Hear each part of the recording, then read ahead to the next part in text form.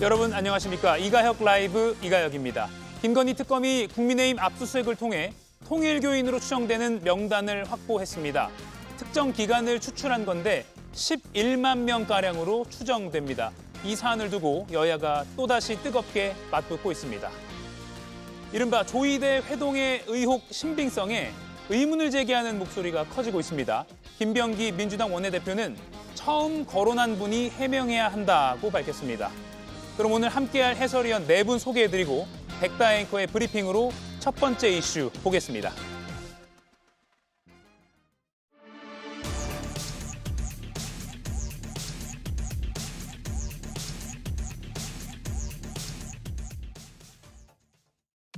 오늘 아침 국민의힘 의원총회에서는 갑자기 통계학이 소환됐습니다. 우리 당원 명부에 들어와 있는 숫자가 한 500만 가까이 되기 때문에 전체적으로 한 10%는 우리 당원이다 이렇게 보여집니다. 그러면 어떠한 명단이든 간에 120만 명단을 가지고 오면 그중에 한 12만 정도는 우리 당원 명부에 들어와 있을 개연성이 통계학적으로 아주 많죠. 그게 정상적인 숫자다. 저는 그렇게 생각을 합니다. 삼고초려, 기습 압수수색 이후 국민의힘의 당원 명부를 확보한 특검. 약 11만 명을 통일교 교인으로 추정했는데요. 특검에서 문제 삼고 있는 전당대를 앞두고 신규 유입된 명단이다라는 어떤 지금 증거도 없잖아요. 지금 언제 가져왔는지. 근데 이게 어떻게 어제 밤에 명단을 가져갔는데 새벽에 이렇게 벌써 기사가 나옵니까? 쟁점은 11만 명 중 투표권이 있는 책임 당원은 몇 명인가입니다. 특검 고발에 나선 국민의힘. 정치권은 당분간 숫자 논쟁으로 뜨거울 듯합니다. 어제 한 4시간 30분 정도 압수수색이 진행됐고요. 그 결과 통일교인으로 추정되는 약 11만 명의 국민의힘 당원 명단을 확인했다고 합니다.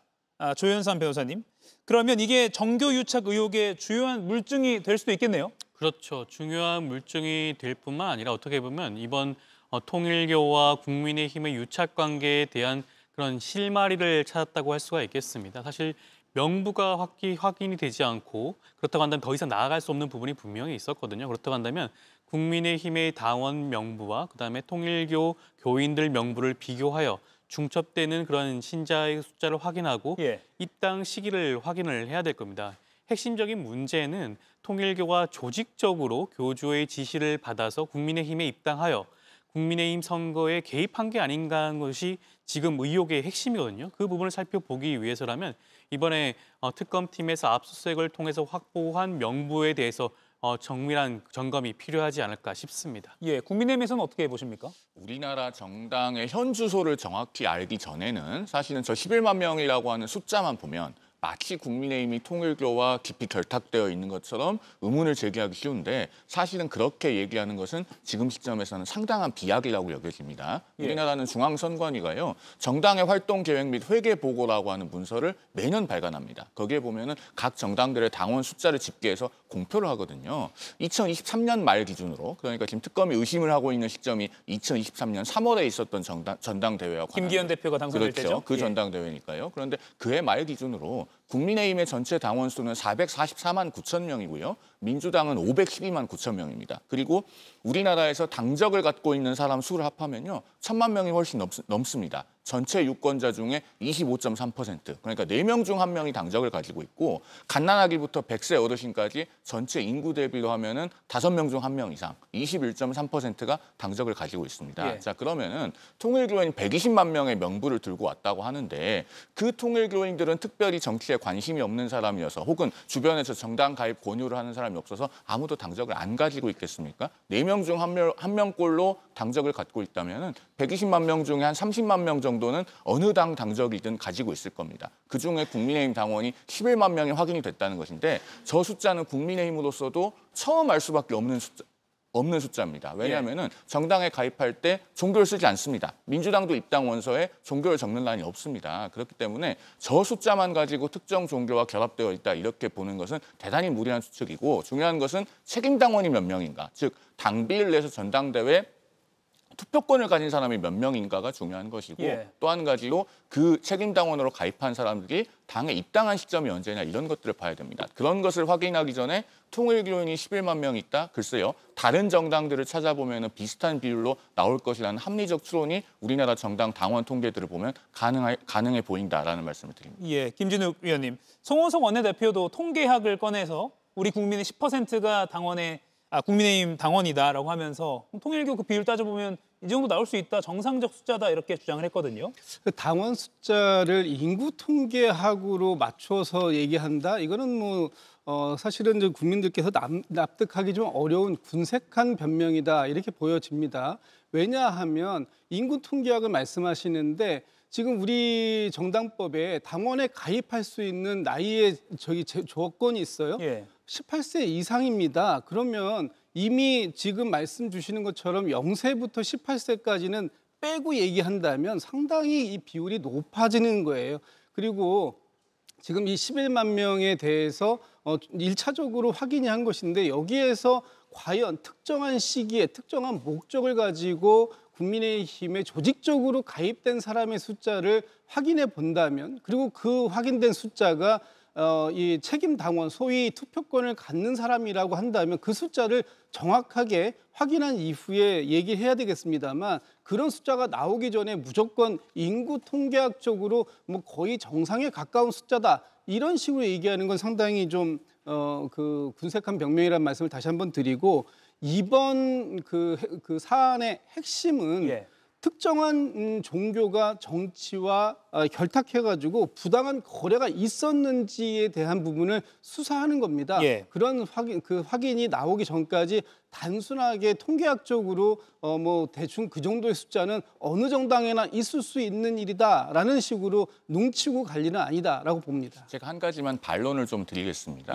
우리나라 인구가 5,100만 명 정도 되죠. 어제 특검이 들고 왔다고 하는 통일교인 명부가 120만 명이라고 하더라고요. 그러면은 전체 인구 대비 한 2.4% 정도 됩니다. 국민의힘 당원 숫자가 2023년 말 기준으로 444만 9천 명이니까 그중에 11만 명이면은 전체 당원 대비 2.47% 정도 돼요. 그러면은 정상 범주를 벗어나지 않는 겁니다. 저는 이렇게 지금 책임 당원 숫자도 확인이 안 되고 가입 시점도 확인이 되기 이전 시점에서 민주당에서 국민의힘에 대해서 정당 해산 공세까지 하면서 마치 특정 종교와 결탁되어 있는 것처럼 낙인을 찍고 있는데 그러면 제가 되묻고 싶습니다. 정당에 가입을 받을 때 아니 혹시 통일교인이세요? 하고 물어보고 받아야 됩니까? 그렇게 정당 가입 받는 정당은 아마 대한민국에 없을 겁니다.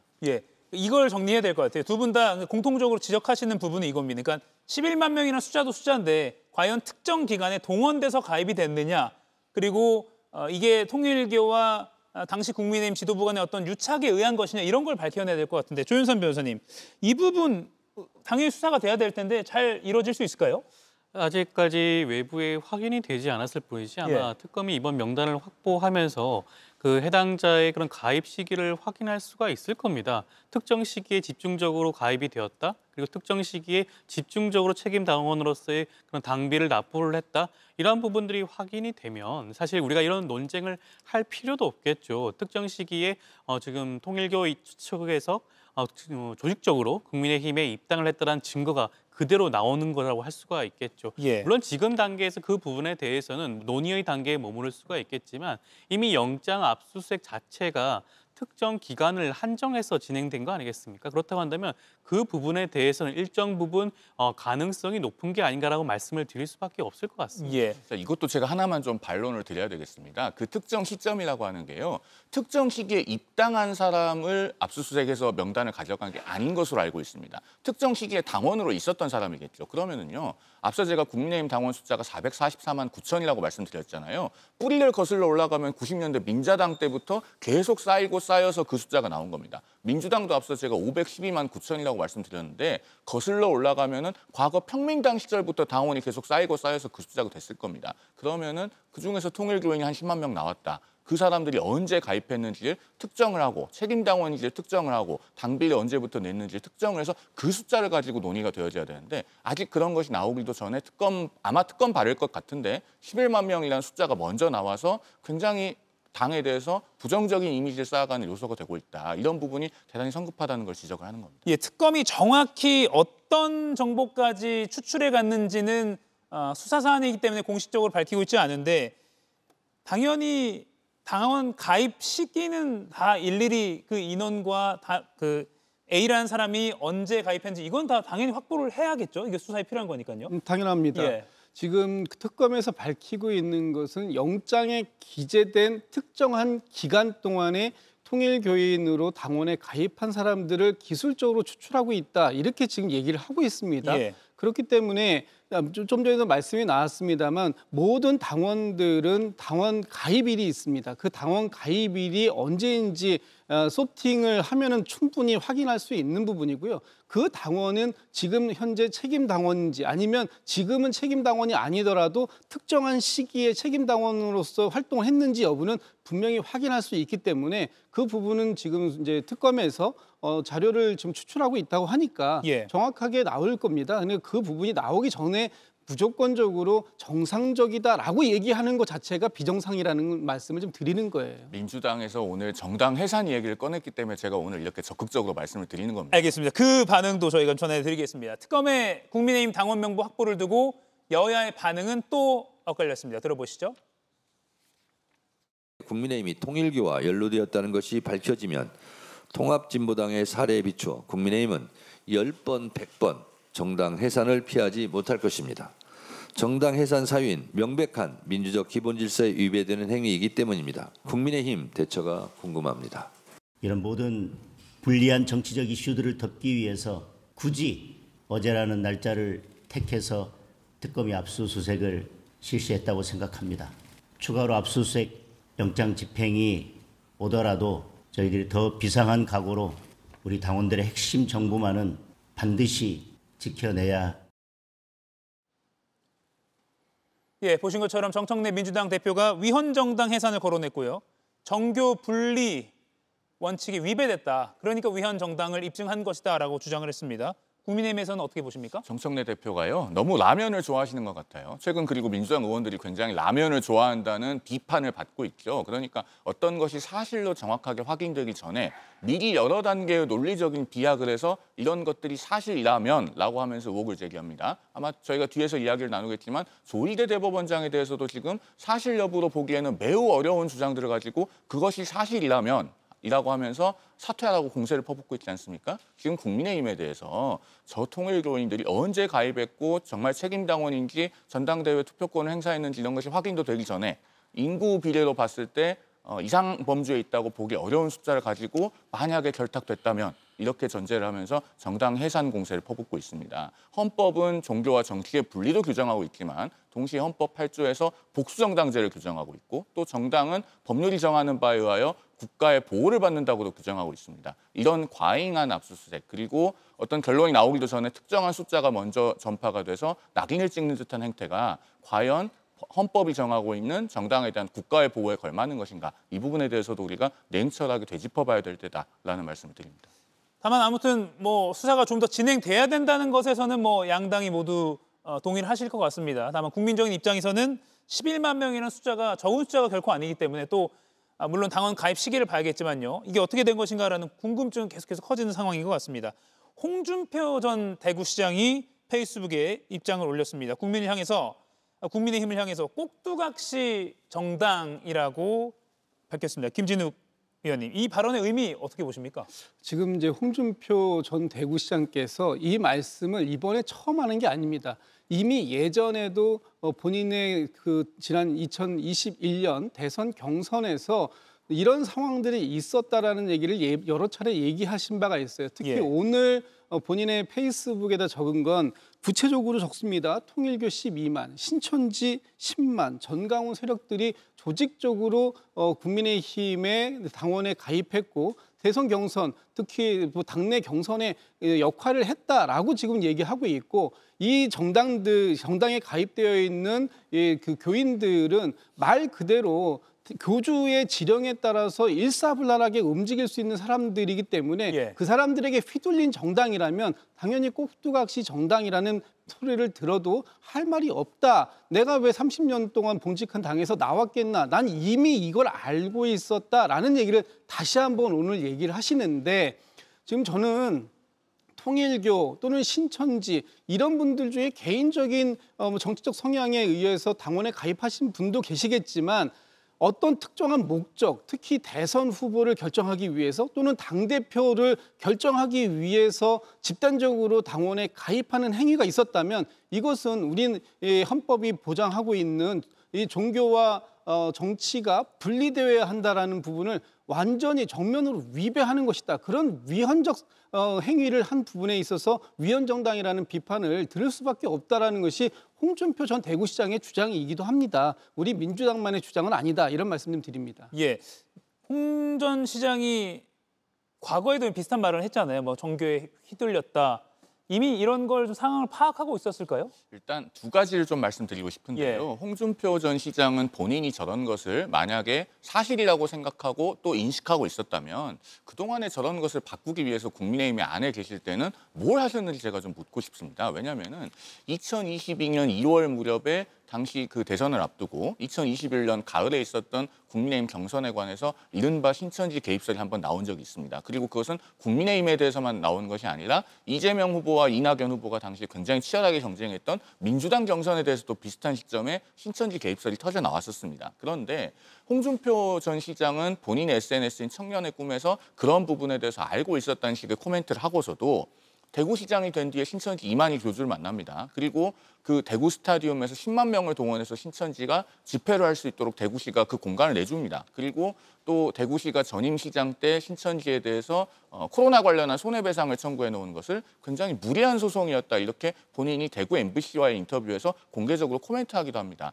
이런 점에 비춰봤을 때 과연 홍 시장이 저런 말씀을 하실 자격이 있는가라는 점을 묻고 싶고 다만 제가 오늘 일관되게 말씀드리는 것이 특정한 종교 집단이 정당에 인위적으로 대규모로 가입해서 정당의 의사결정에 좌지우지하려는 시도를 방관하거나 용인해도 된다는 것은 결코 아닙니다. 그런 일이 있어서는 안 되겠죠. 그리고 만약에 그런 것이 정말로 실제했다면 그것은 정당이 단호하게 끊어내고 정리해야 되는 것입니다. 그런 점은 분명하게 강조해서 말씀드리고 다만 아직 책임당원의 규모가 되었든 가입 시점이 되었든 당비 납부 여부가 되었든 사실관계가 명확하게 확인된 것이 아니기 때문에 우리가 앞서가서 예단하지 말자라는 말씀을 드리는 겁니다. 11만 명도 추정치입니다. 11만 명으로 추정되는 당원이 가입된 것을 특검이 확보를 했고요. 이제 그 명단을 가지고 구체적으로 어느 시기에 어떻게 가입했는지를 확인하는 절차는 당연히 거쳐야 할 것 같습니다.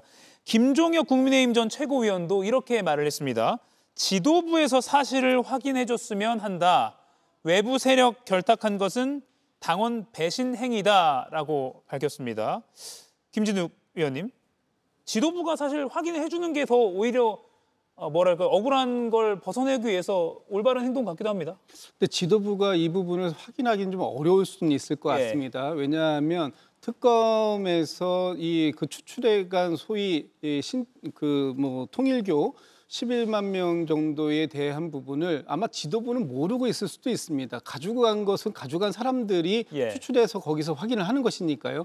이 부분이 나중에 수사 결과로 나왔을 때 아마 지도부에서 입장이 좀 나올 수 있을 것 같긴 한데 지금 상황에서 지도부가 아까 송영훈 대변인 말씀 주셨던 것처럼 이 당원에 가입할 때 특정 종교를 기입하게 되어 있지 않기 때문에 현재 지도부 입장에서는 누가 신천지 또는 통일교 교인인지를 아마 모르고 있을 수 있다. 다만 그럼에도 불구하고 이 수사 결과가 나왔을 때 외부 세력이 조직적으로 개입한 것이 맞다라고 한다면 그때는 지도부가 분명한 입장을 선을 긋는 입장을 내놓아야 될 것이다. 그렇지 않다면 이 지금의 상황에서 정치와 종교가 유착됐다. 그런 부분들에 대한 비판은 피하기는 어려울 것이다. 이렇게 보고 있습니다. 조윤삼 의원님, 오늘 새벽에 자정쯤에 이 보도가 나오기 시작했거든요. 11만 명, 12만 명 숫자가. 그걸 두고 국민의힘 쪽에서는 특검이 이거 정치적으로 보도 활용한 거 아니냐 이런 의혹도 제기하고 있습니다.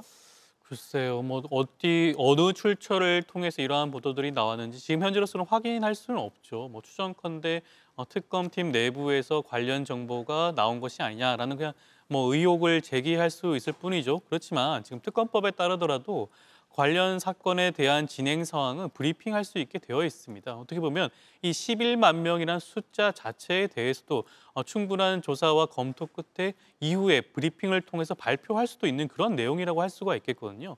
그렇다고 한다면 하루 이틀 정도 일찍 이러한 내용이 공개된다고 하는 것이 과연 특검팀에게 얼마나 유리한 그런 상황을 맞이하기 위한 것인지 좀 반문을 좀 드리고 싶고요. 그 숫자에 대해서만큼이라고 한다면 어찌되었건 그 숫자가 확인이 되었다는 사실 자체가 중요한 것이고요. 앞서 저희가 계속 말씀을 드렸지만 그 숫자가 실제로 특정 시기에 집중적으로 가입을 하고 책임 당원으로 당비를 납부했는지 부분만 확인이 되면 그 부분도 충분히 확인할 수 있는 부분이 아닌가 싶습니다. 장동혁 국민의힘 대표가 압수수색 영장 집행이 위법하게 이루어졌다. 영장 기재 내용과는 다르게 됐다라고 하면서 김건희 특검을 고발하겠다고 했습니다. 어떤 부분을 문제 삼는 겁니까? 글쎄요, 그 부분에 대해서는 제가 영장을 직접 제 눈으로 본 게 아니기 때문에 뭐 단정적으로 말씀드리기는 어렵습니다만은 장동혁 대표가 판사 출신이니까 나름대로는 본인의 근거를 갖고 이야기하지 않았을까 생각은 됩니다. 그렇다면 아마 당내에서 법적인 검토를 거쳐서 어떤 절차를 진행할 것인지를 앞으로 결정을 하겠죠. 그런데 이 문제에 관해서 물론 뭐 필요하다면 형사소송법상의 준항고를 하든가 뭐 고발을 하든가 그런 조치를 검토할 수 있겠습니다만은 동시에 우리가 한 가지 생각해봐야 될 것은 앞서 제가 오늘 방송 서두에서도 우리나라 정당의 현주소라고 하는 표현을 썼습니다. 더 정확하게 말씀드리면 민낯이라는 표현이 맞을 것 같은데요. 앞서 우리나라 정당에 가입한 당원들의 숫자를 전부 합하면 1,000만 명이 넘는다고 말씀을 드렸어요. 그래서 2023년에 국회 미래연구원에서 나온 보고서가 제목이 이렇습니다. 우리나라는 어떻게 1,000만 당원을 가진 나라가 되었나.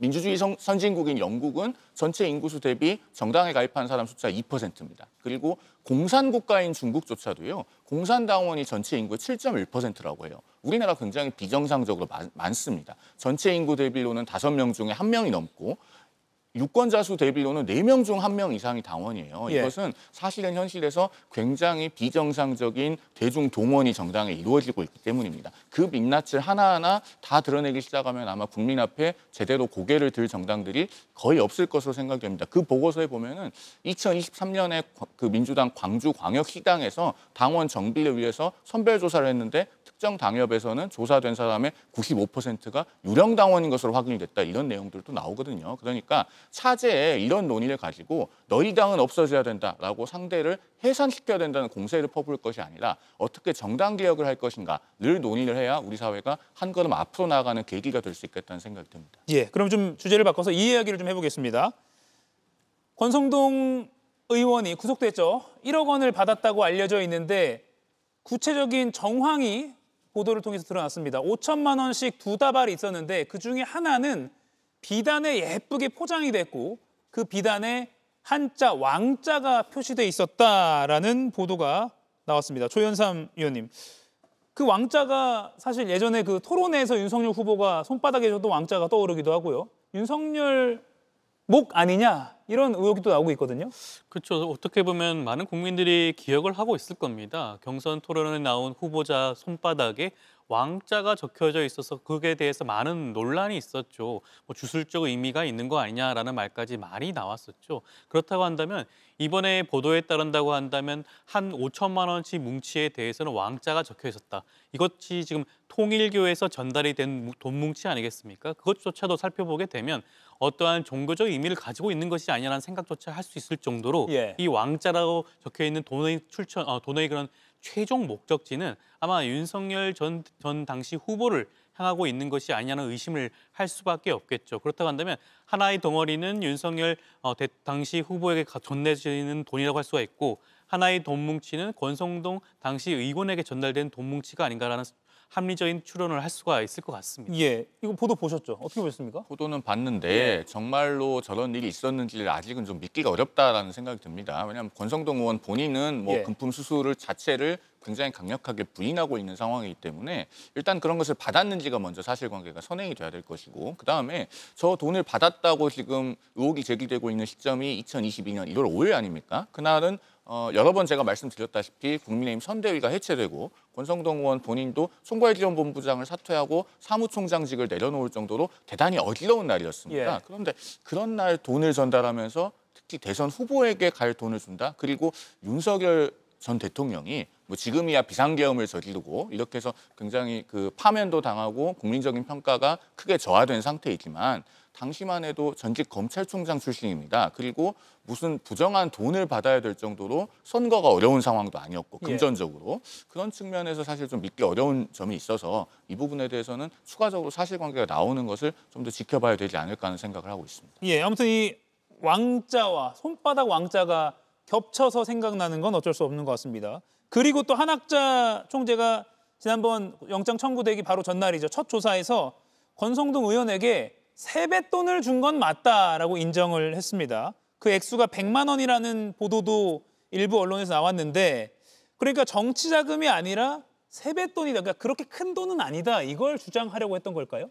그런데 그 주장 속에는 어쨌든 돈이라는 표현이 있는 거 아닙니까? 예. 이게 권성동 의원이 세배를 뭐 했는지는 모르겠습니다만 하여튼 두 번을 직접 만나서 큰절을 하고 예. 쇼핑백을 받아가지고 나왔다는 것까지 본인은 인정을 했습니다. 그 안에 들어있던 게 권성동 의원은 넥타이가 들어있었다고 얘기를 하는 것이고 한학자 총재는 소에게 세뱃돈을 줬다라고 얘기를 하는데 이 부분은 이제 앞으로 수사를 통해서 더 구체적으로 밝혀져야 할 부분입니다. 그러면 한학자 총재가 생각하는 소액은 얼마만큼일 것인가 하는 부분에 대해서 한번 짚어볼 필요가 있을 것이다라는 생각이 듭니다.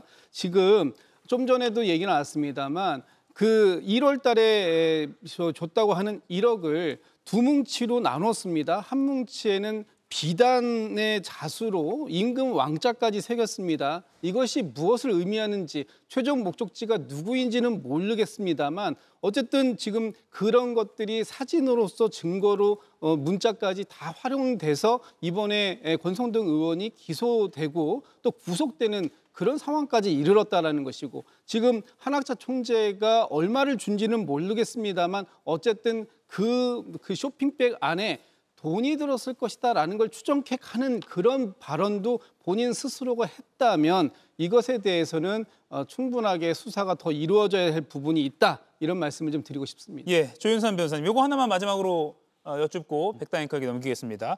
다음 주 월요일 오후에 한학자 총재 구속 갈림길에 섭니다. 뭐 항상 변호사님들께 이거 여쭈면 좀 곤란하시긴 하는데 예측 어떻게 하십니까? 저는 구속영장이 발부될 가능성이 높다고 보여지는 것이 이 사안 자체가 굉장히 중대하다고 할 수가 있고요. 그리고 지금 한학자 총재가 이 모든 사실관계에 대해서 전반적으로 부인하는 취지로 진술을 하고 있습니다. 그리고 그에 비해서 이런 물증이라든가 여러 가지 진술 증거들은 충분하다고 할 수가 있겠죠. 그렇다고 한다면 과연 재판부 입장에서는 한학 총재가 추후에 불구속 상태에서 증거를 인멸할 가능성이 있는지를 따져볼 수가 있을 것인데 종교 지도자로서의 지위가 확실하시죠.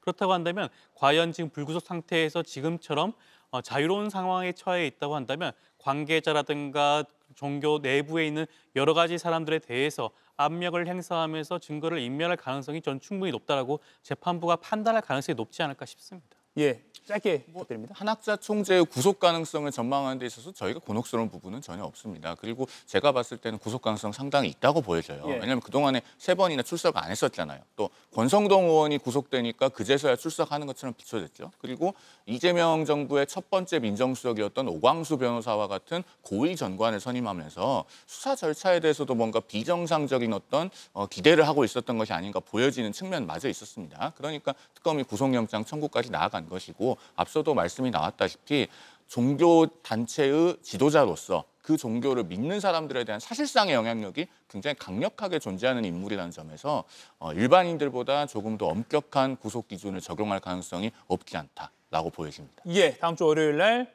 어떻게 될지 한번 이 시간에 또 전해드리도록 하겠습니다. 자, 다음 이슈는요. 백다 앵커가 브리핑으로 전해드리겠습니다. 백 앵커 나와주시죠. 민주당은 지금 면책 특권을 악용해서 이런 정말 짓거리를 하고 있습니다. 저는 의원직 사퇴할 정도의 사항이다. 가짜뉴스 생산 공장의 기지가 법사위로 된 만큼 이 부분에 대해서 서영교 의원의 책임을 묻는 등 강력히 규탄해야 된다 생각해서 오늘 기자회견을 했습니다. 여당이 제기한 조희대 한덕수 회동 의혹 진위 공방으로 번졌습니다. 국민의힘이 관련 의원들의 의원직 사퇴 그리고 민주당 전당 해산까지 요구한 상황. 민주당은 사법부 불씨 문제에 재차 방점을 찍었는데요.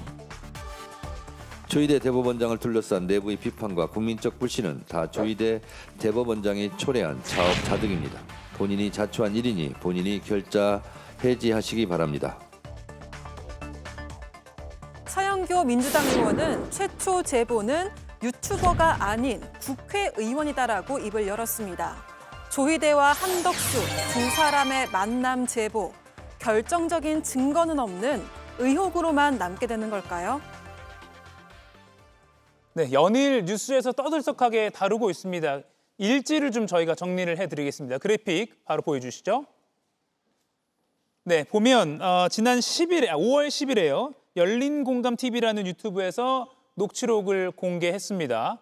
이게 실제 만난 그 녹취가 아니라 자기가 들었다라는 어떤 인물의 목소리인 것으로 들리는 녹취가 공개된 것이고요. 그리고 며칠 뒤에 당시 민주당 서영교 의원이 법사위에서 이 녹취를 공개했습니다. 그리고 한동안 좀 잠잠하다가 9월 16일 며칠 전에 민주당 부승찬 의원이 이번에는 대정부 질문에서 이런 제보가 있다, 반드시 수사해야 한다라고 운을 띄우면서 다시 수면 위로 올라왔고요.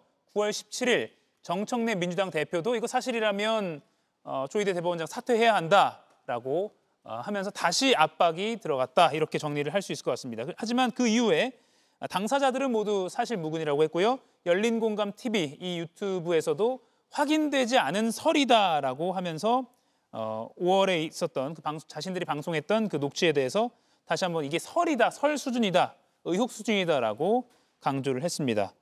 박상수 의원님, 서영교 의원은 이거 AI는 아니라고 확신한다라고 오늘 또 발언한 게 언론에 보도가 됐거든요. 이 사안 지금 어떻게 진단하십니까? 그러니까 이것은 사실 그 녹취라고 이야기하는 그 원래 유튜브 프로그램 거기에서 지금 보면은 AI라는 걸 아주 작은 글씨로 써놨다고 하죠.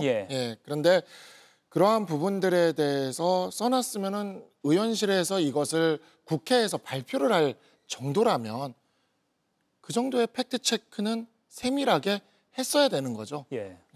사실 이 의혹 제기 방식도 굉장히 과거 그 청담동 술자리의 방식과 유사하다라는 느낌을 안 받을 수가 없습니다. 우리가 이제 흔히 형사소송법에서는 전문이라고 하는데 이제 전해 들은 이야기죠. 뭐뭐라고 하는 것을 전해 들었다라고 이야기를 하는 거죠. 그러니까 이러한 방식인데 이게 과거 보면은 그 청담동 술자리와 관련된 것도 그런 술자리가 있었다라는 거를 전해 들었다는 방식이었거든요. 그러니까 그와 같은 방식으로 제기하는 것만으로도 청담동 술자리를 떠올리게 했는데 심지어 그 음성이 저는 사실 그때 그 또 이 내부에서 폭로가 있지 않았습니까? 무슨 페북을 통해서인가 자기 목소리로 그렇게 녹취를 했다라는 그런 폭로도 있었는데 그래서 자기 목소리인가 했더니 AI일 거라고는 상상도 못했어요. 그랬는데 의원실에서 발표를 할 정도였다면 이런 부분 작게 표기도 돼 있었다고 하니 팩트 체크를 했어야 되는 사안이다. 그것 없이 이런 식으로 발표가 이루어진 것은 굉장히 부적절했고 책임을 져야 될 문제라고 생각합니다. 근데 이게 조금 계속 의견이 좀 엇갈리는 게 오늘 또 조선일보 보도 보면 예전에 열린공감TV에 함께했던 다른 멤버가 이야기한 바에 따르면 이게 열린공감TV 운영자 중 한 명이 녹음하고 음성 변조한 것으로 보인다라는 뭐 이런 추정도 있어서 이게 정말 AI로 기계음으로 한 것인지 아니면 그냥 그 당사자, 그 목격자라는 사람이 한 게 아니라 방송 운영진이 녹음한 것인지 뭐 아직까지 의견이 엇갈리고 있습니다. 근데 이게 어떻게 AI 진위 논란까지 퍼졌는지 어떻게 좀 진단하십니까? 글쎄 이제 이 부분에 대해서는 앞으로 그 지금도 국민의힘에서도 서영교 의원하고 부승찬 의원을 고발한다고 하고 또 이미 시민사회단체인가요? 그런 쪽에서도 두 분에 대해서 고발을 조치를 했기 때문에 아마도 앞으로는 사법당국에 의해서 이 부분에 대한 진위 여부는 가려지게 될 겁니다. 그런데 이것이 AI냐 아니면 누군가의 변조된 목소리냐 이것은 저는 사실 중요하진 않다고 봅니다. 만약에 이러한 제보자가 제보가 있다면 그 제보자의 목소리를 보호하기 위해서 어떤 제보자의 목소리를 변조하는 방식은 늘상 있어 왔던 얘기이기 때문에 그것은 뭐 핵심적인 얘기는 아니라고 보고 지금 오늘 서영교 의원도 얘기를 하십니다만 지금 중요한 건 첫 번째 이것이 이 녹취만 가지고 본인이 확신한 것이 아니다. 최초에 그 본인에게 제보한 사람은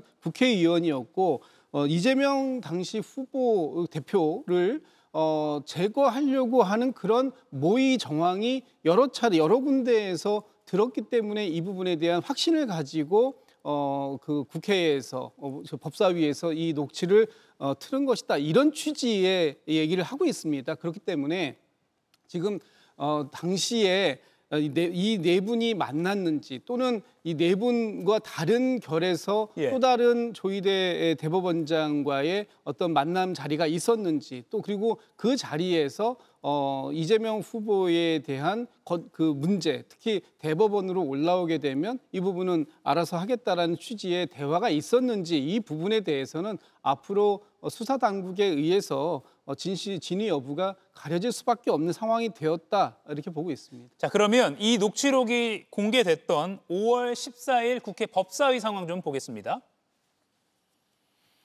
윤석열 탄핵 이후 정상명, 한덕수, 김충식, 조희대가 4인이 회동했답니다.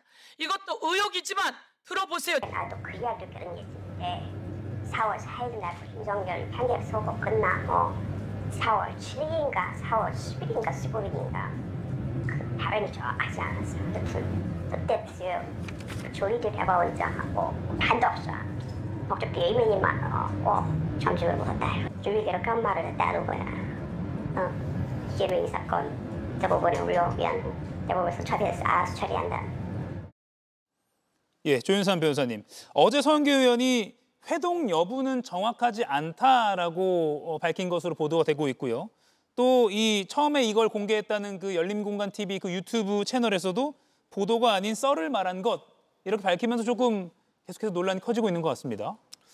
물론 명백한 증거가 있었으면 가장 좋았겠죠. 그렇지만 우리 헌법에서 국회의원이 국회 내에서 직무상에 관한 발언에 대해서 국회 밖에서 책임을 지지 않게 하는 면책특권을 규정한 이유가 무엇이겠습니까? 국회의원의 경우에는 국민들이 궁금해하고 각종 제보를 통해서 의혹이 제기되는 그런 부분들에 대해서 국민들을 대신해서 질의할 수 있게 하는 그런 것을 위한 그런 면책특권 아니겠습니까? 그런 차원을 살펴보게 되면 서영교 의원 입장에서 조금 더 정치하게 그런 증거들을 살펴봤으면 참 좋았겠지만 그렇다고 하더라도 이미 시중에 여러 가지 얘기가 돌고 있었고 관련된 제보가 있는 상황에서 충분히 물어볼 수 있는 상황이 아니었나 생각이 들고요. 우리 법원의 입장도 그렇습니다. 명백하게 허위라는 사실을 인식하지 않았다고 한다면 다소 검증 과정에서 소홀히 했다고 하더라도 이것을 명예훼손의 책임을 물을 수 없다라고 하는 판례가 있거든요. 그렇듯이 서영교 의원 입장에서도 이번 부분에 대해서는 국회의원의 면책특권 안에서 충분히 할 수 있는 얘기가 아닌가 싶습니다. 예. 저는 서영교 의원을 비롯한 민주당 의원들께서요. 민주당 지지층이 부끄러워하지 않을 만한 지적 능력과 성실성과 양심을 보여주셨으면 좋겠다라는 말씀을 드립니다. 왜냐하면요. 저 녹음 파일 아까 우리가 들어보지 않았습니까? 거기서 가장 빠른 날짜가 4월 7일입니다. 그리고 거기에 뭐라고 나옵니까? 조희대 대법원장이 사건이 올라오면이라고 표현했다고 하잖아요. 그런데 3월 28일에 이미 사건이 올라왔어요. 이재명 당시 민주당 대표의 공직선거법 위반 사건은 대법원에 3월 28일에 올라와서 가장 빠른 날짜인 4월 7일에도 이미 올라온 지가 10일이 됐습니다. 그런데 대법원장이 어떻게 올라오면이라고 표현을 해요. 그러면은 아니 공당의 국회의원이 그런 걸 보면 최소한의 앞뒤를 맞춰보고 검증을 해야죠. 그런 것도 안 하고 면책특권의 장막 뒤에 숨어서 덥석 내놓았다가 저렇게 망신을 당하는 겁니다. 혼자 망신을 당하는 게 아니라 사법부를 흔들려다가 실패했다는 비난을 받고 지금 민주당 지지층도 아마 내심 굉장히 부끄러울 겁니다. 저런 제보라고 주장하는 것에 장소가 특정이 돼 있습니까? 시점이 특정이 됩니까? 당사자들 중에 누가 하나 인정하는 사람이 있습니까? 봤다는 사람이 있습니까? 저 녹취의 주인공이 누군지가 나왔습니까? 심지어 AI라고 하는 이야기까지 나오지 않았습니까? 그러니까 제발 민주당 국회의원들께서 최소한의 지성을 발휘해서 자당의 지지층을 자랑스럽게 좀 만들어주시라라는 말씀을 드립니다. 박상수 의원께 이거 좀 여쭤볼게요. 국민의힘에서는 오늘 이걸로 이제 민주당은 공세를 펴붓고 있습니다. 특히 의원직 사퇴까지 요구하고 있고요. 이 사안 자체가 위헌정당 해산 사유가 될 수 있다라고 언급이 나경원 의원이 이렇게 말을 한 바가 있거든요. 어떻게 보십니까? 그러니까 뭐 하루 이틀 이와 같이 그 허황된 의혹을 제기한 게 아니지 않습니까? 단순히 면책 특권의 그 숲에 숨을 일은 아닌 것 같다라는 생각이 좀 들고요. 일단 서영교 의원은 자신이 이미 이와 같은 허위 사실을 유포하는 것에 대해서 강하게 형사처벌하는 법안을 발의한 분입니다. 본인이 과거에 그런 법안을 발의를 했었어요. 예.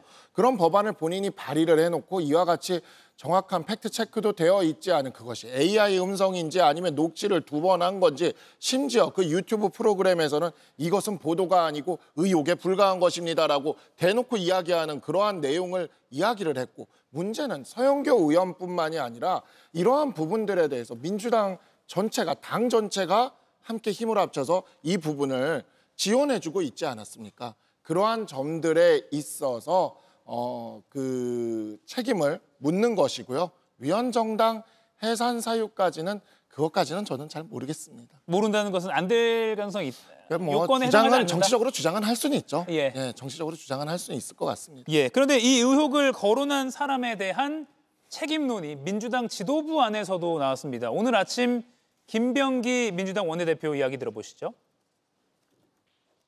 지금 조희대 대법원장을 비롯한 그 당사자들이 지금 일제 부인하고 나선 거 아니겠습니까? 예. 그렇다고 한다면 그 최초에 거론하신 분께서 해명을 하시는 것도 좋은 방법일 것 같습니다. 해명들을 서로 듣고서 예. 다 수사나 이런 것이 필요하다면 그 사법 영역에다 맡기는 것이 좋을 것 같습니다. 김진욱 의원님, 최초 거론하신 분이 설명해야 된다. 최초 거론하신 분이라면 누굴 말하는 겁니까? 일단 뭐 그 열린공감 TV를 얘기하는 건 아니신 것 같아요. 예. 왜냐하면 뭐 열린공감 TV의 유튜브니까 거기에서 최초로 거론을 했든 말든 지금 이 문제를 국회 차원에서 특히 법사위 차원에서 최초로 거론하신 부분은 어쨌든 서영교 의원이시기 때문에 서영교 의원이 조금 더 이 부분에 대한 명확한 입장을 좀 가지시는 게 좋겠다. 부승찬 의원이 대정부 질문에서 얘기한 것에 대해서 기자들이 물어보니까 나는 서영교 의원 다른 걸 가지고 있지 않다. 서영교 의원의 말씀을 다시 한번 질의를 한 것이다. 이렇게 이제 얘기를 했기 때문에 결론은 지금 이제 서영교 의원 쪽으로 가고 있는 것이라고 보고요. 예. 서영교 의원께서 이 부분에 대해서 다른 또 제보가 있었다라고 하고 여러 가지 것들이 있다고 하시기 때문에 그 부분에 대해서는 좀 충분한 입장을 좀 내실 필요가 있겠다. 다만 지금 이제 면책 특권을 악용했다라고 이제 말씀을 주시는데 국회의원의 어떤 특권 중에는 본인이 받은 여러 가지의 의혹 제보들 이런 부분들에 대해서 국회의 상임위를 통해서 확인할 수 있는 그런 부분들은 있는 겁니다. 다만 그 확인을 위해서 폭로성 제보를 폭로를 하기 전에는 그 제보가 사실관계에 부합하는지 조금 더 면밀하게 검증해보고 팩트체크를 해볼 의무는 있습니다만 예. 이 국회의원이 가지고 있는 신분이 아무리 의원이라고 하더라도 수사기관이 아닌 이상 더 진도를 나아갈 수 없는 부분이 있다면 그것은 의회에서 질문을 통해서 의혹을 해소시키는 방안도 해볼 수 있는 것이기 때문에 그것을 면책특권의 뒤에 숨어서 면책특권을 악용했다라고까지 비판할 것은 아니지 않을까. 그 부분까지 나아간다면 국회에서 국회의원이 아무 말도 하지 말라는 얘기를 하시는 것하고 다름 아니다. 이런 말씀 좀 드리고 싶습니다. 예, 박상수 의원께 이거 여쭤볼게요. 어쨌든 민주당은 조희대 대법원장뿐만 아니라 한덕수 전 총리, 권영세 의원, 권성동 의원까지 이 사안 관련해서 수사를 받아야 된다라고 오늘도 주장하고 있거든요. 수사 가능성은 어떻게 보십니까? 아니 애초 그 신빙성 자체가 굉장히 의심되는 정체불명의 녹취 하나를 가지고 수사를 받아라라고 이야기를 하는 것은 부존재를 입증해라라고 이야기를 하는 거거든요. 그러니까 이게 형사 책임이나 이런 것들, 민사 책임에 있어서 존재를 입증한 다음에 그에 대해서 수사를 받거나 이렇게 얘기를 하죠. 최소한 뭔가 객관적인 근거라도 조금이라도 있어야 되는데 그냥 자기가 머릿속으로 생각한 거를 AI로 만들었는지 본인이 녹취했는지 모르는 녹취 파일 하나 틀어놓고는 부존재를 입증해라라고 이야기를 하는 것은 이건 정말 그 책임 있는 공당의 모습이 아니고 사실 이러한 모습은 민주당이 한 제3야당 정도 되는 야당이면은 할 수 있는 모습이라고 생각을 해요. 지금 정부 여당이시잖아요. 그리고 특히나 지금 민주당이나 이재명 대통령 같은 경우에 사법부나 이런 데에 대해서 사법 독립을 지금 침해한다는 의심을 받고 있는 상황 아닙니까? 그런데 이렇게 여당이 되신 지 이제 100일이 넘었습니다. 정말 제1야당 같지도 않은 이러한 모습은 이제는 좀 지양하실 때가 된 것 같다라고 생각합니다. 예, 그럼 조윤선 위원께는 이렇게 여쭙게요. 지금 내란 특검은 지난 수요일에 이 사안 관련해서 수사 착수 단계는 아직 아니다라고 조금 신중한 입장을 보였거든요. 특검이 수사할 가능성 어떻게 점쳐보십니까? 저는 녹취 파일과 무관하게 특검이 수사를 진행하다 보면 각종 혐의가 불거진다고 한다면 충분히 수사를 개시할 수가 있지 않을까 싶습니다. 지금 현 단계에서 지금 논란이 되고 있는 그 녹취 파일만을 가지고는 수사에 착수할 수 없다는 의미로 볼 수가 있는 것이고요. 예. 이 외에도 여러 가지 정황이라든가 물적 증거가 나온다면, 진술이 나온다면 저는 다른 사안을 통해서도 충분히 수사는 개시할 수 있는 게 아닌가라는 생각이 듭니다. 예, 물론 특검이 이제 본질의 수사를 하다가 또 인지된 사건을 수사할 수 있으니까 이것도 인지가 된다면 또는 그 안에 포함된다면 수사를 할 수 있다. 어떻게 보십니까? 일단 그 특검법에 보면은 이른바 내란이나 외환과 관련된 사건만 수사를 할 수 있는 겁니다. 예. 그리고 그 인지 사건이라고 하더라도 최소한의 관련성이 있어야 돼요. 그런데 조희대 대법원장에 대한 고발장을 공수처가 지난 6월 하순에 특검팀에 이첩을 했습니다. 그런데 그러면은 공수처는 법률에 적힌 문헌을 볼 줄 몰라서 이첩을 했을까요? 우리가 그 부분을 유심히 봐야 됩니다. 그러니까 가도 수사를 못한다는 걸 뻔히 아는데 이첩을 했어요. 사실은 고발 대상이 대법원장이고 어느 정도의 근거가 있어서 만약에 수사가 가능하다면 공수처로서는 수사에 성공했을 때 굉장히 공적이 될 수 있는 사건을 수사를 쉽게 포기할 리가 없습니다. 이 점만 놓고 봐도 법조인들이 봤을 때 이건 도저히 사건화가 안 되는 사건이다라는 걸 쉽게 알 수 있습니다. 앞서도 제가 말씀드렸듯이 사건이 3월 28일에 이미 올라가서 10일이나 됐는데 4월 7일에 대법원장이 사건이 올라오면 내가 알아서 하겠다 이렇게 얘기한다는 게 기본적으로 앞뒤가 안 맞잖아요. 게다가 그걸 누가 녹음을 했는지도 알 수가 없고 당사자들도 모두 부인하고 최소한의 장소적 근거도 없습니다. 청담동 술자리 사건 때는요. 그나마 청담동이라고 하는 장소적 경계라도 있었다라는 말씀을 다시 한번 드립니다. 예, 김진욱 위원님. 오늘 정청래 대표가 조희대 대법원장은 비상계엄 때 또 서부지법 폭동 때 윤 전 대통령 구속 취소 때 이럴 때는 별다른 코멘트를 안 하다가 자신의 사안이 되니까 개인적으로 이렇게 발언한 것에 대해서 조희대 대법원장 스스로가 자초한 일이다 이렇게 다시 한번 지적을 했거든요.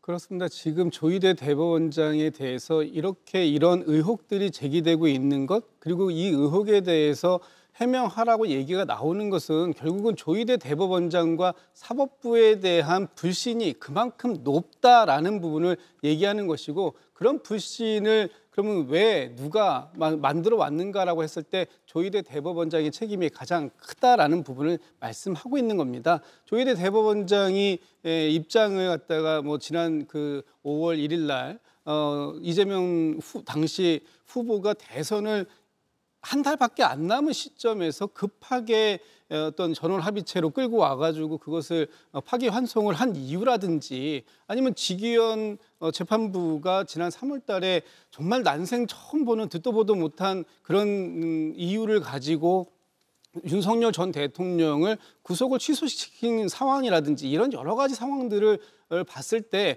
본인이 해야 할 역할을 제대로 못했다. 그것이 사법 신뢰를 붕괴시키는데 가장 큰 책임을 졌기 때문에 지금의 오늘날의 이런 의혹이 단순하게 의혹에 지나지가 않고 해명이 돼도 해명이 된 것 같지 않은 이런 상황을 만들어낸 것 이것은 오로지 조희대 대법원장이 스스로 초래한 것이다라는 부분을 다시 한번 명확하게 얘기한 것이다라고 보여집니다. 정말 짧게만 제가 팩트체크를 하겠습니다. 조희대 대법원장은요. 12월 4일 아침 출근길에 입장을 밝혔습니다. 국민의 자유와 권리를 지키는데 흐트러짐이 없도록 하겠다라는 얘기를 했고 당시에 천대엽 법원행정처장이 대법원을 대표해서 늦게나마 계엄이 해제돼서 다행이라고 했어요. 그리고 서부지법 난입 사태 때도 대법원장을 포함한 13명의 대법관이 입장을 내서 이건 용납할 수 없는 일이라고 매우 단호한 메시지를 냈습니다. 마지막으로 하급심의 판단에 대해서 내심 석연치 않은 점이 있다고 하더라도 대법원장이 공개적으로 표명할 수가 없습니다. 그것에 개입하는 순간 민주당이 2018년에 말했던 이른바 사법농단이 되는 것이다라는 점까지 말씀드립니다. 예, 최근에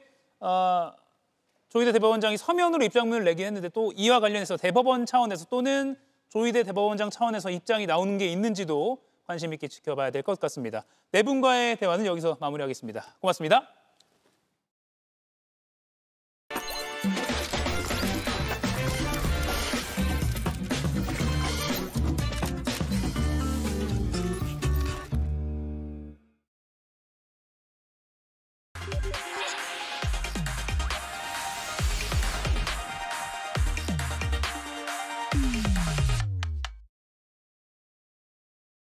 네, 여야 정치 고수들과 현안을 치열하게 고민하는 시간 맞수토론 시작하겠습니다. 서영주 전 더불어민주당 상근 부대변인, 윤희석 전 국민의힘 대변인 두 분과 함께합니다. 어서 오십시오. 네. 첫 번째 주제는요, 내란 전담 재판부입니다. 백다 앵커가 관련 법안 내용을 설명해 드리겠습니다. 논란에 국회 3명은 빠졌고 대신 법무부 1명이 포함됐습니다. 민주당 특검 대응특위가 발의한 내란 국정농단 전담재판부 설치법 속에 후보 추천위원회 구성에 대한 이야기입니다. 내란 국정농단 전담재판부 설치법은 특단의 조치입니다. 내란과 국정농단 재판의 공정성과 독립성을 확보하는 것이 이번 법안의 핵심입니다. 국회 추천으로 인한 위헌 논란 차단에 중점을 뒀다는 민주당. 하지만 문영배 전 헌재소장 대행은 오늘도 내란 전담 재판부에 대한 위헌 논란 지속 가능성을 열어뒀습니다. 국회 대신 법무부가 추가된 내란 전담 재판부. 위헌 논란을 뚫고 제대로 안착할 수 있을까요? 예, 첫 번째 토론 주제는 내란 전담 재판부 위헌 논쟁 계속 이렇게 잡아봤습니다. 후보 추천 구성에 국회가 빠지고 법무부가 추가됐습니다. 근데 법무부도 행정부의 일원이니까 이거 계속 위헌 논란이 있을 수밖에 없다 이런 지적도 나오고 있거든요. 일단 뭐 이제 내란 재판부 설치에 관한 법률 자체는 당론이 아니라 당에서 설치된 3특검에 대한 특위에서 특위위원들이 머리를 모아서 낸 법안이라서 이건 별개 문제라는 것을 먼저 말씀드리고요. 사실 전체적으로 내용을 들어봤을 때는 헌법재판소에서 위헌성이 있는지 없는지를 가려야 될 부분은 분명히 있다고 저도 생각합니다. 사실상 이게 법관회의에서 자체적으로 결정한다 하더라도 위헌 여부를 따질 만한 그 빌미가 될 수 있는데 법무부라든지 뭐 대한변협이라든지 사실상 사법부가 오롯이 어떤 그 자율성에 있어서 결정해야 되는 법관 부분에 있어서는 내용은 조금은 다툼의 여지가 있다. 물론 이제 633이라든지 재판의 신속성 부분들은 신속한 재판을 받을 국민적 헌법상의 권리를 좀 기반으로 하기 때문에 그런 것들은 좀 좋은 법안의 취지인 것 같으나 사실 저는 이 부분에 대해서는 민주당 내에 있는 특위가 사법부에게 요청을 하는 것 같아요. 먼저 나서서 해라. 사법행정의 영역에서 국민들이 불안해하는 내란 재판에 대한 부분들의 신뢰성을 회복해달라는 것이고 그 신뢰성을 훼손했던 조희대 대법원장이 지난 조기 대선에서 보여줬던 그 절차적인 정당성이 과연 어떤 배경에서 됐는지라고까지 연결되는 거라서 사실 내용을 보면은 위헌으로 다투게 있으나 전체적인 맥락으로 봤을 때는 정치적인 요청사항이다. 사법부를 입법부가 제안하기 전에 사법부가 스스로 뭔가 내란 재판의 설치법 이상의 조치를 해달라는 저는 요구지 않은가. 좀 그렇게 분석하고 싶습니다. 그러면 실제 설치의 의지까지는 약할 수 있다 이렇게 보시는 겁니까? 오늘 김병기 원내대표가 밝혔죠. 이 부분은 특위에서 그 여러 가지 논의를 한 법률안이지 이게 당의 전체적인 함의를 담은 당론은 아니다. 라고 선을 그은 거를 보면 사실상 이 내란 전담 재판부를 사실 입법부가 강제를 하게 되면 사법부의 사법권 침해, 입법부의 입법 권한에 대한 부분들을 헌재에 가서 판단을 받아야 되거든요. 그러면 재판만 더 길어지고 사실상 국민 불안감만 더 높아질 수 있기 때문에 저는 이 부분들은 사실 정치적인 조금 판단해서 전략적인 접근이 아닌가 싶습니다. 예, 국민의힘에서는 어떻게 보셨습니까? 제가 드릴 말씀의 상당 부분을 서 수장님이 하셔가지고 일단 뭐 서 수장님 말씀에 저도 동감하는 부분이 많아요. 일단 위헌성이 다분합니다. 특위 차원에서 했다고는 하지만 민주당의 특위에서 한 거니까 뭐 당론은 아니라 할지라도 민주당의 상당수 의원들이 이 법안을 제출하는 것에 대해서 찬성한다고 볼 때 이렇게 가면 안 된다는 지적을 하지 않을 수가 없는 거죠. 위헌성 여부에 대해서 많은 부분을 지적하겠지만 뭐 법무부가 들어가든 변협이 들어가든 사법부가 자체적으로 재판부 구성을 하지 않는 이상 저는 헌법에 위배되는 것은 뭐 명확하다고 생각합니다. 헌법 101조에 사법권은 법관으로 구성된 법원에 속한다고 돼 있고 재판부 구성이라는 것은 법치주의 체제에서 그 구성에 있어서의 무작위성, 누가 재판하는지를 모르는 상태에서 재판이 시작돼야 한다는 것, 이 원칙을 완전히 무너뜨린 것이기 때문에 말할 것도 없이 위헌성이 다분하다 이런 말씀을 드리고 말씀드린 대로 이걸 그럼 왜 추진하려고 하느냐, 사법부에 대한 압박이라고 저도 해석을 하는데 사법부에서도 아마 국민적으로 이 재판이 진행되는 과정이 좀 미진하다 이런 지적을 수용하는 입장이라고 저는 봅니다. 뭐 판사 한 명을 내란 재판에 있어서 뭐 추가한다든지 이런 게 있으니까 사법부 자체에서 뭔가 국민적인 요구를 받아들이는 모양새를 취할 때까지 지켜봐야 하는 것이지 이렇게 국회에서 성급하게, 국회라고 하기도 뭐합니다. 민주당이 지배하고 있으니까요. 민주당에서 이렇게 성급하게 법을 통해서 법률로서 헌법을 바꾸려고 하는 이러한 시도 자체는 명확하게 이 봉쇄돼야 한다고 저는 주장합니다. 그래서 아까 서영주 의원 말씀하신 것처럼 김병기 원내대표는 당내 강온 의견이 많다 이렇게 말했습니다. 그러니까 이게 당론은 아니라는 건 이미 원내대변인이 밝혔고요.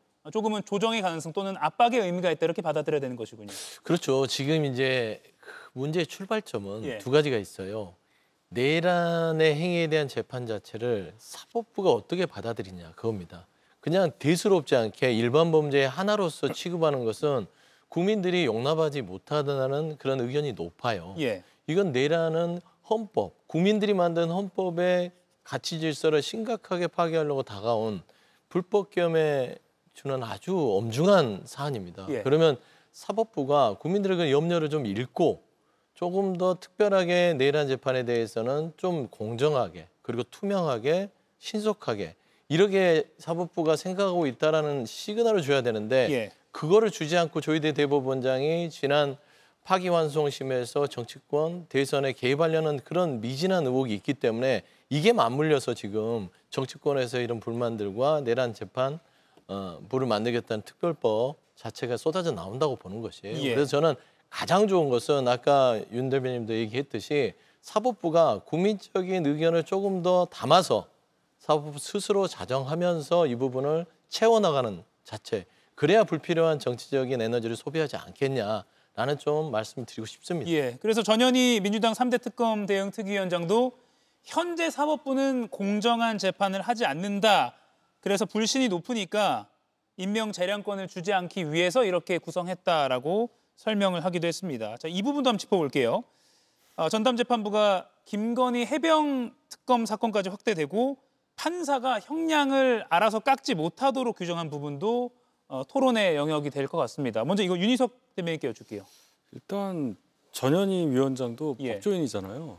근데 지금 추천을 함에 있어서도 1배수 추천이라는 거는 저건 추천이라고 볼 수가 없죠. 지명이라고 봐야 되는 건데 지명에서 대법원장은 그냥 도장만 찍어라. 임명하는 도장만 찍으라는 얘기. 결국 재판부 구성을 저 특이안대로 그냥 정해놓는 거잖아요. 그럼 누가 재판을 할지가 뻔하게 나오는 거고 그 재판하는 분들은 아마도 민주당에서 원하는 재판 결과를 충실하게 따를 분들로만 1배수로 그냥 임명되게끔 추천한다는 얘기니까 저거 자체로도 또 위헌이 되겠죠. 공정한 재판을 받을 피고인의 권리를 침해하는 거가 되는 거 아니겠습니까? 그건 헌법상의 권리입니다. 기본권에 해당하는 거예요. 이걸 잘 아시는 분이 지금 법원이 조희대 대법원장 체제하에서 공정한 재판을 할 가능성이 없으니까 내가 새로 재판부를 창설한다는 얘기입니다.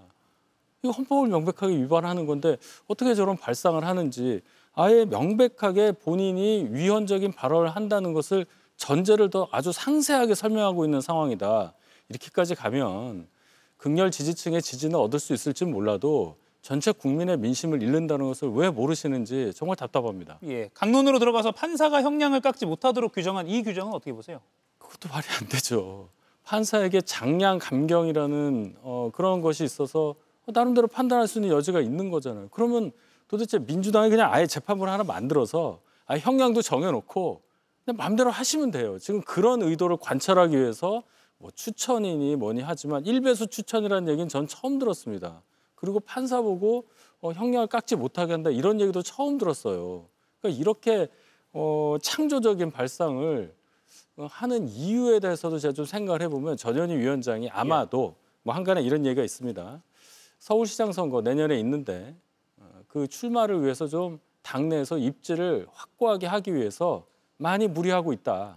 근데 설령 그렇게 해서 후보가 된다 하더라도 본선에서 이길 수 있을지 그 부분은 왜 생각 안 하시는지 옆에서 좀 전현희 의원을 위하시는 분들이 계시면 한 번쯤 말씀을 해주셔야 되지 않을까 싶습니다. 예, 지방선거까지 전망해 주셨는데 다만 많은 시민들이 내란 우두머리 혐의를 갖고 있는 윤석열 전 대통령에 대해서 판사가 좀 깎아줘가지고 무기징역이 아니라 최소 무기징역이냐 지금 혐의라면 근데 뭐 징역 10년 이렇게 뭐 깎아주는 거 아니야? 이런 두려움도 있는 게 사실이거든요. 근데 지금 내란죄에 대해서 무기징역 이하로 법에 규정되지 않습니다. 그러니까 저는 이제 깎지 못하게 한다.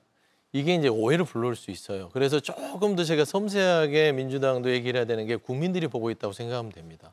판사에게 이 형량까지는 깎지 못해 강제해버리면 입법부가 사법권의 독립을 침해한다고 벌써 공격이 들어오잖아요. 예를 들어 양형 기준을 반드시 지키도록 한다. 뭐 법원에 양형 기준이 있습니다. 내란죄에 대한 양형 기준은 무기징역이 최하입니다. 그러면 사형 아닌 무기징역인데 뭘 깎아줍니까? 깎아줘봤자 무기징역이죠. 그러면 사형을 내려야 된다라고 오해할 수 있기 때문에 이 부분은 정당한 양형 기준에 맞춰서 하는 것이고 두 번째는 이제 사면복권 부분도 얘기가 나와요. 법론으로. 그 부분은 원래 이 개헌을 하면서 대통령에서 사면복권에 어떤 대상을 제한하자라는 것들은 오랫동안 논의돼 왔기 때문에 이런 부분들을 전체 맥락에서 오해를 주지 않게끔 조금 더 섬세하게 설명했으면 되는데 예를 들면 판사에게 양형을 그 형량을 못 갖게 한다. 이거는 그 의도가 아님에도 불구하고 그 단어에서 벌써 이런 논박이 생길 수 있다. 그래서 조금 더 하는 취지는 제가 알겠고 국민들이 그런 염려가 있기 때문에 해야 된다고는 생각은 하지만 조금 더 섬세하게 가라. 저는 그런 좀 조언을 드리고 싶습니다. 예. 윤석열 전 대통령 파면 선고 주문을 읽었던 문형배 전 헌재소장 권한대행이 언론과 인터뷰에서 이렇게 밝혔습니다. 내란 특별재판부 어차피 헌법재판소로 갈 수밖에 없다. 이렇게 논란이 지속되면 내란 재판이 더 늦어질 수도 있다. 이렇게 전망을 했습니다. 앞서 서영주 의원이 잠시 언급을 하셨는데 그러면 물론 공정한 또는 국민들이 납득 가능한 재판을 위한 내란 전담 재판부도 맞지만 속도도 좀 빨리 하기 위한 게 또 민주당의 취지잖아요. 그렇다면 지금 문 전 권한대행의 말을 들어보면 좀 어긋나는 것 같긴 합니다. 그렇죠. 지금 이 법안 안에 보면 633 원칙을 또 했잖아요. 선거법에 있는. 이거 선거법 위반도 아닌데. 좋습니다. 빨리 하고자 하는 의지는 뭐 충분히 이해합니다만은 저런 법률안을 통과시켜서 시작을 했을 때 그럼 피고인 쪽에서 당연히 위헌 법률 심판 제청을 할 거 아니에요. 그럼 그 순간 재판은 중단돼요. 그리고 헌법재판소가 결정을 하는 데 있어서 여러 가지 절차를 지켜야 할 텐데 언제 나올지 모르는 거 아닙니까? 그럼 633이 무슨 의미가 있습니까? 그러니까 그런 것까지 생각을 해야 되는데 의지만 높아서 이렇게 하면 이렇게 될 겁니다라는 식으로 밀어붙이는 거 아니겠어요? 잠깐만 생각해봐도 이렇게 지적할 부분이 많은데 이거를 아무리 당론이 아니라 할지라도 방금 전에 화면 보셨잖아요. 의원들 단체로 이렇게 들고 가서 이거 뭐 하는 겁니까 도대체? 국회에 에너지를 이런 식으로 낭비해도 되는 건지 저는 너무너무 답답한 일들을 민주당에서 자꾸만 하고 있다. 이 부분에 대해서는 당내에서 반성 어린 목소리가 분명히 나와줘야 합니다. 강온이라고 말할 게 아니라 이러면 안 된다는 거를 정면으로 지적해 주시는 분들이 있어야만 합니다. 예, 문형배 소장 이 메시지는 어떻게 보셨습니까? 문형배 전 소장의 메시지가 조금 더 드라이하다고 해야 될까요? 그 사실상 법률가로서 내란 특별재판부의 법이 통과가 돼서 시행이 된다면 헌재로 갈 수밖에 없는 거는 기정사실인 것 같아요. 그러면 사법부의 독립과 입법부의 권한 자체가 부딪혀서 판단을 받으면 지금 현재 지휘견재판부가 국민들 보기에도 뭐지? 10차례 골석재판을 진행하면서 투명하게 공개하지도 않고 뭔가 미심쩍은데 이 재판 자체도 늘어질 수가 있습니다. 저는 한 가지 분명한 건 있어요. 이 내란에 대한 그 여러 가지의 그 고통들을 국민들이 당하고 있으나 이걸 빨리 끝내야 됩니다. 언제까지 새로운 정부가 들었었는데 내란의 이 행위들을 했던 사람들을 빨리 끝내지 못해서 또 재판이 내년으로 가고 내후년으로 가고 그러면은 대한민국이 새롭게 한 발짝을 못 나가잖아요. 저는 그런 부분에서 재차 당부드리는 것은 조희대 대법원장이 결단을 하시고 사법부 내부에서도 이런 국민적 우려와 정치권의 우려들을 받아들여서 이 내란 전담 재판부를 설치하는 법에 준하는 사법행정의 조정이 필요하지 않을까. 저는 그런 말씀을 드려요. 문제의 발단은 조희대 대법원장이 신뢰할 수 없는 뭔가의 하나의 꼬투리를 잡혔다는 겁니다. 그러면 이 부분도 조희대 대법원장이 털고 가세요. 내부에서도 부장판사들이 얘기하지 않습니까? 일부 국민들께서 사법부의 신뢰 자체가 지난 조기 대선에서 파기환송을 왜 이렇게 빨리 서둘러서 했는가. 특정 사건에 대해서 대법원장이 그런 적이 없다라고 했을 때 아직까지 그 명확한 입장 표명을 하지 않았어요.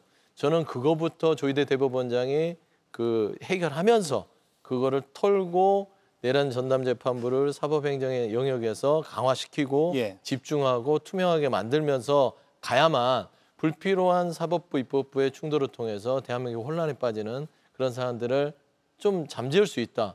아니 조희대 대법원장 3부 요인이지 않습니까?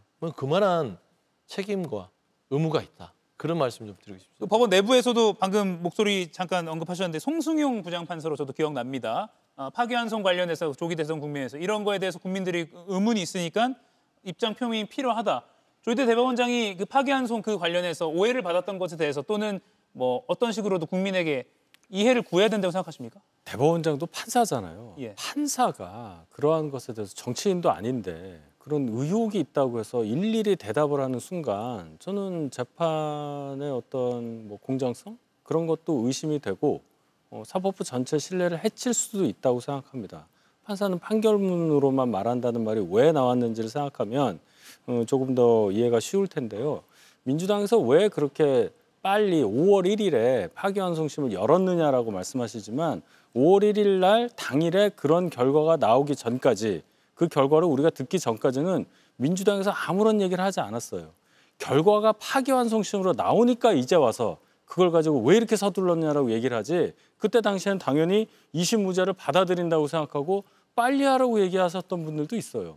그래 놓고서 이제 와서 그때 왜 빨리 했냐를 물어본다는 건 얼마나 자가당착입니까? 그러한 논리까지 잘 생각을 해보시면 지금 민주당에서 급발진하는 이유가 도대체 뭔가 정치적으로 자꾸만 해석을 하게 됩니다.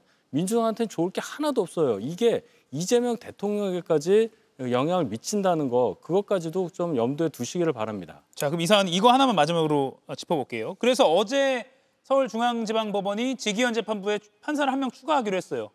근데 정청래 대표는 오늘 이제 와서 찔끔 한 명 증언하고 면피가 가능하겠나 이미 늦었다 이렇게 평가했습니다. 이게 마지막이라면 정청래 대표 말이 맞죠. 이게 한 명 추가하면은 뭔가 이 내란 재판에 대해서 관심을 갖는다.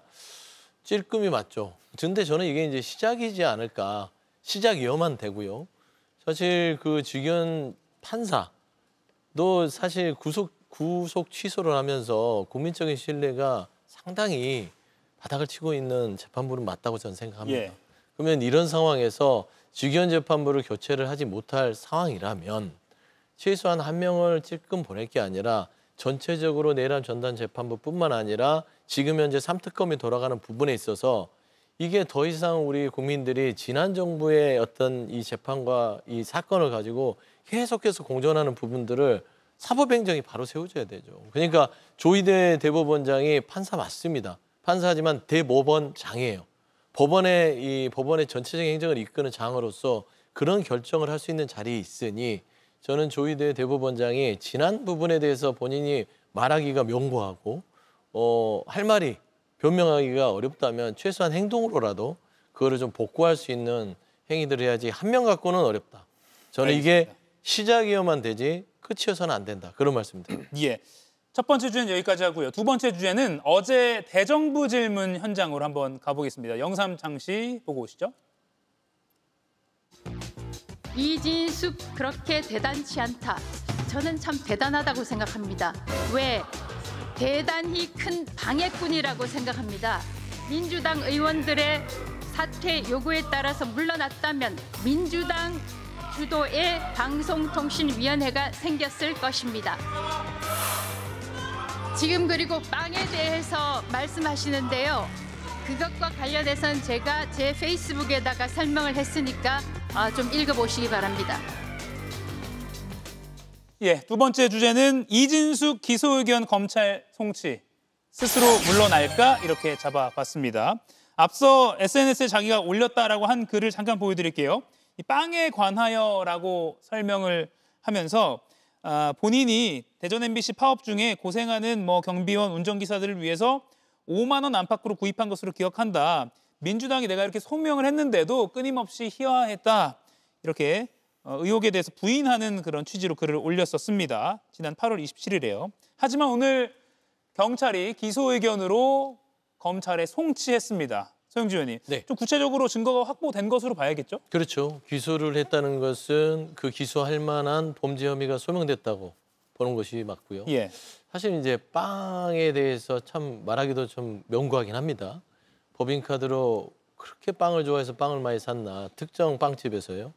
근데 이제 이 정치인이나 공직자가 왜 본인 스스로 처신을 돌봐야 되냐면 구체적인 내용도 필요하지만요. 이미지가 중요합니다.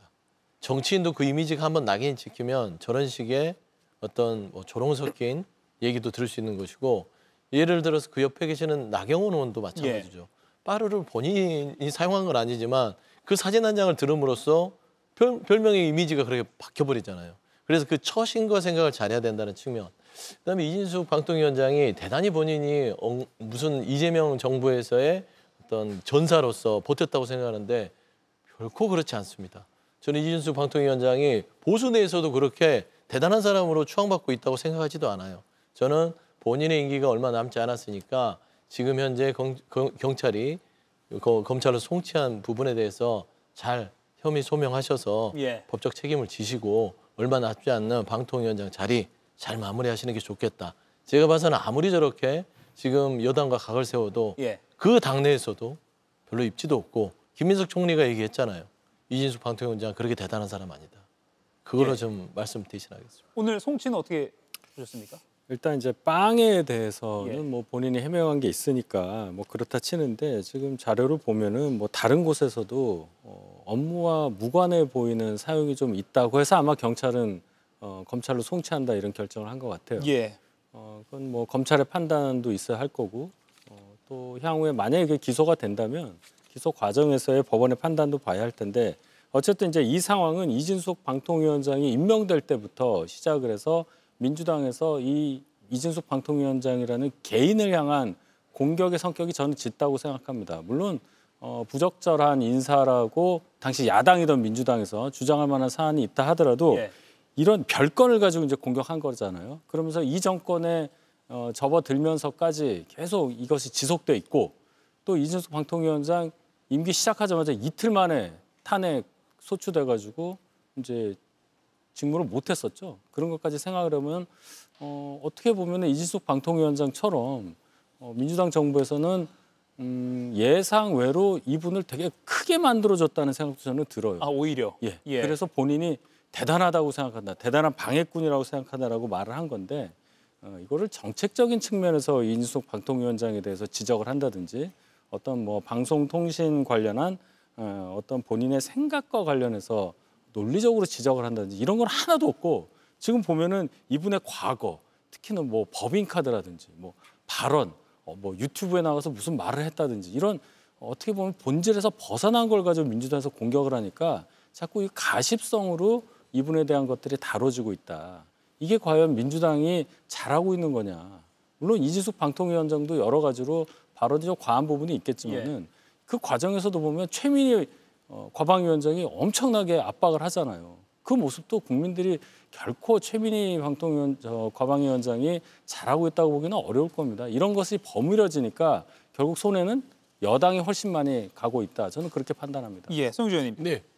여권이 압박한 것이 오히려 이진숙 방통위원장의 몸집을 키웠다. 어떻게 보세요? 제가 앞서도 얘기했지만 별로 안 큰 것 같아요. 그 전제를 아예 무너뜨리시는 거군요. 왜 그러냐면 이진숙 방통위원장은 아까 뭐 빵진숙이라는 별명이 붙어서 굉장히 희화되는 부분도 있지만, 사실 방통이라는 그 자리가 굉장히 독립적이고 중립적인 자리여야 됩니다. 그래서 방송통신 부분들을 다뤘고요. 근데 지난 정부에서 그 자리를 얻고 나서 했던 것들은 그냥 정권이 시키면 시킨 대로 해서 해결사 노릇을 했던 거예요. 2인이서 다 의결해서 방문진 이사를 신속하게 그것도 임명되자마자 한나절 반 만에 했고, 그게 결국에는 행정법원에 가서 그 위법하다, 안 된다 해서 다 복귀시켰던 겁니다. 그러니까 본인 스스로가 방통통신위원장의 직에 있을 만한 행위들을 행정적으로도 못했어요. 그러다 보니까 그거는 거론할 가치도 없습니다. 근데 본인이 행정적으로 빛나는 업적이 있다거나 아니면은 국민의힘의 당내에서 뭔가 앞장서서 그 민주당과 싸워왔다, 그렇게 과연 평가가 될까요? 그냥 본인이 향후에 지방선거에 어떤 자리가 주어진다면 거기에서 욕심을 내려고 하는 그런 투쟁으로만 보이는 것이지 국민의힘 내부에서의 보수의 가치를 바로 세우거나 아니면 차라리 전환기 씨와 같이 개를 같이 해서 반탄을 하거나 개몽됐다고 하거나 이것도 저것도 아닌 상황에서 몸집을 키웠다. 저는 지방선거에서 어떤 역할을 할지인지 저는 잘 모르겠으나 최소한 국민의힘에서 지금 현재 반탄파의 장동혁 대표가 이진숙 방통위원장을 활용한다 하더라도 저는 그렇게 TK나 PK 쪽이나 국민들의 어떤 성원을 입을 만한 위치까지는 올라오지 않았다라고 저는 개인적으로 판단합니다. 대구시장 하마평이 모르겠습니다. 언론이 그냥 이렇게 좀 예측을 하는 것 같기도 한데요. 국민의힘 내부에서는 어떻게 보세요? 이제 좀 먼 얘기긴 한데요. 처음에 얘기 나온 게 뭐 전환기 씨가 이진숙 방통위원장을 그런 식으로 얘기를 했고 또 따지고 보면은 이제 대구가 이분의 어떤 뭐 고향, 뭐 대학도 거기서 나왔으니까 가능한 일일 수도 있는데 뭐 공천이 돼서 선거에 나온다 그런 예상을 하기에는 너무 먼 얘기라고 저는 생각을 합니다. 일단은 아직 방통위원장 자리에 있는 거 아니겠습니까? 그런데 만약에 그런 상황까지 벌어진다고 할 때 지금 서영주 소장께서는 별로 대단하지 않다고 하겠지만 이슈를 몰고 다닐 가능성이 있어요. 이진숙이라는 분이 대구시장에 출마를 한다고 상정을 했을 때 이진숙이라는 분이 상징하는 게 뭐겠습니까? 정권으로부터 핍박을 받았다. 그리고 거기에 강력하게 대항해서 여기까지 왔다.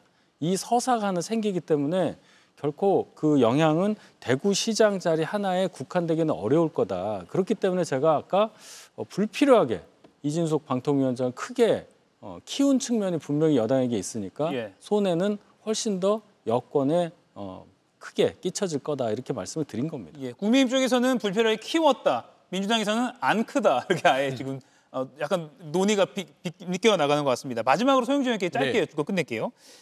방통위가 방송미디어통신위원회로 바뀌면 자동으로 이진숙 위원장은 면직이 됩니다. 그렇습니다. 그 전에 기소 의견으로 송치도 됐으니까 스스로 사퇴해야 된다. 이런 의견도 있는데 어떻게 보세요?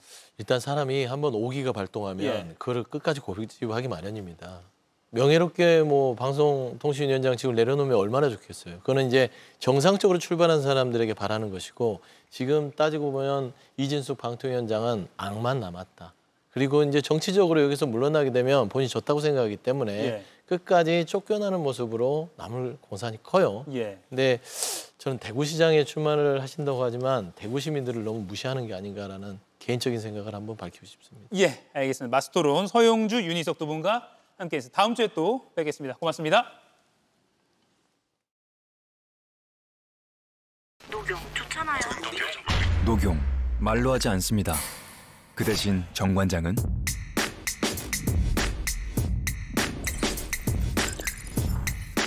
증명합니다.